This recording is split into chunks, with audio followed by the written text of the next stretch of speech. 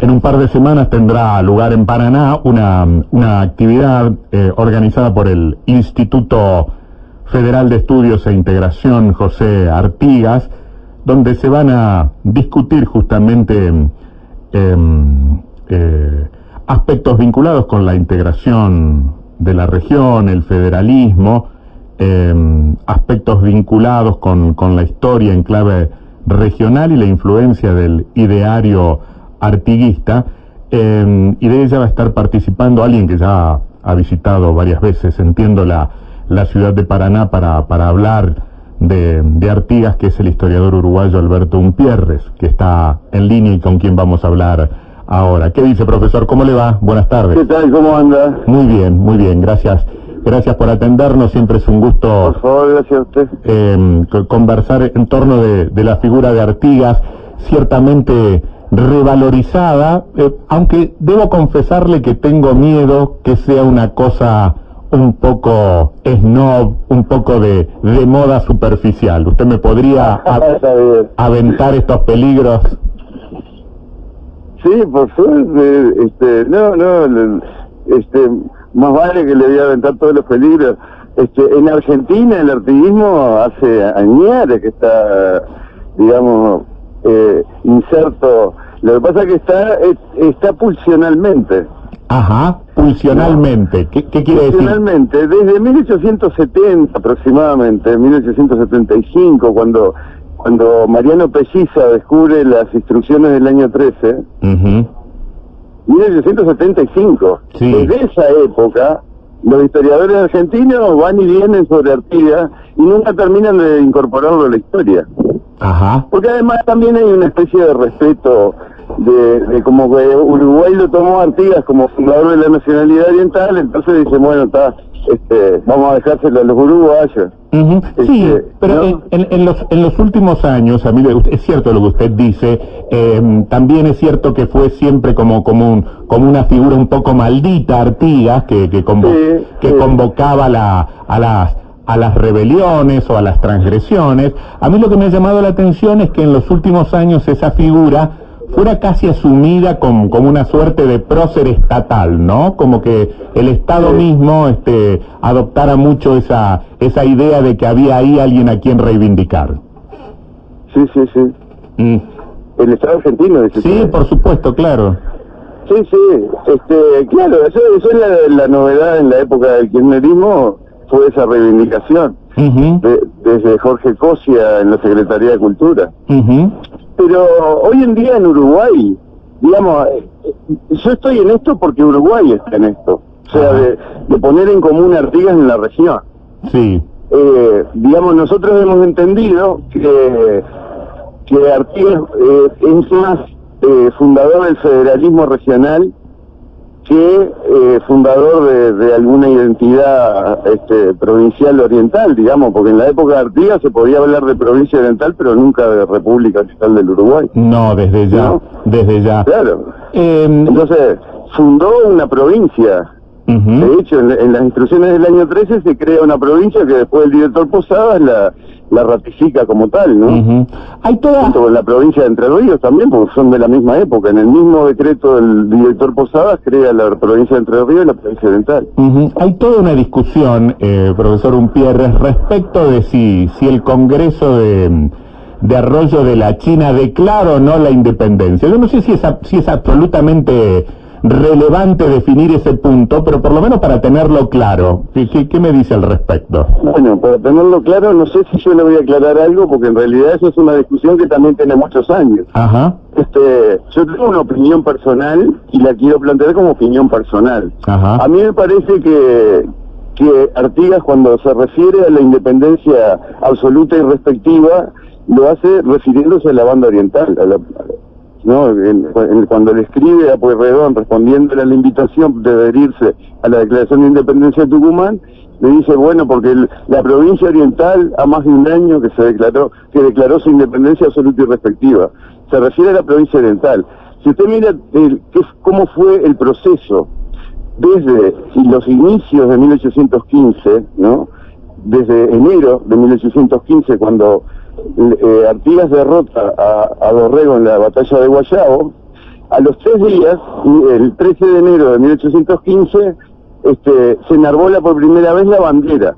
Y en ese momento Artigas le escribe a Silva, que es teniente gobernador de Corrientes, una carta diciéndole que se había enarbolado la bandera, que significa la independencia y la república y la sangre derramada y toda esa cuestión.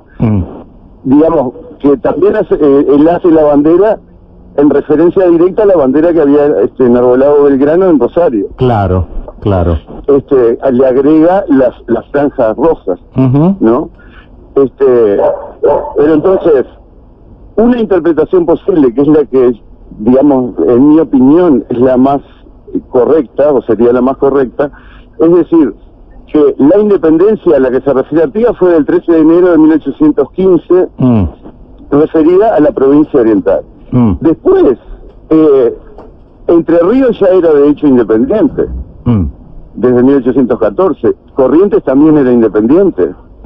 La provincia de Santa Fe se declara independiente el 24 de marzo. Y la provincia de Córdoba, por decreto del gobernador Díaz, también se declara independiente. O sea que, en mi opinión, cuando van las provincias al arroyo de la China, ya son independientes, como provincias. Como provincias. Pero son no independencias provinciales. Claro, pero no estaban planteando estaban planteando una independencia nacional. Claro. Están planteando una independencia de las provincias. Y esa es una interpretación que también se puede hacer respecto de la declaración de independencia de Tucumán. Porque si uno la lee al pie de la letra, lo que pasó en Tucumán es que se reúnen las provincias y se declaran independientes las provincias. Sí. Pero hablan de toda otra dominación extranjera ahí también. Sí, de toda otra dominación extranjera. Digamos, la independencia a la que se refiere Artigas es independencia respectiva y absoluta, o absoluta y respectiva. Absoluta es respecto de toda dominación.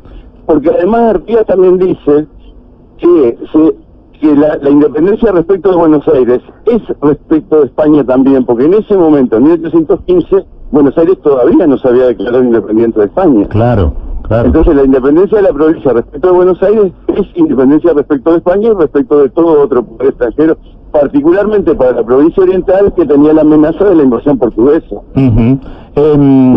Sí, la pregunta tiene que ver con que si la declaración, si es que existió, de 1815, podía efectivamente ser tomada como un antecedente o como una anticipación respecto de lo que ocurrió en julio de 1816 en Tucumán. Claro, es una anticipación, pero es una anticipación provincial. De las provincias que se declararon efectivamente independientes, y eso está documentado, que son la provincia oriental, la provincia de Santa Fe y la provincia de Córdoba.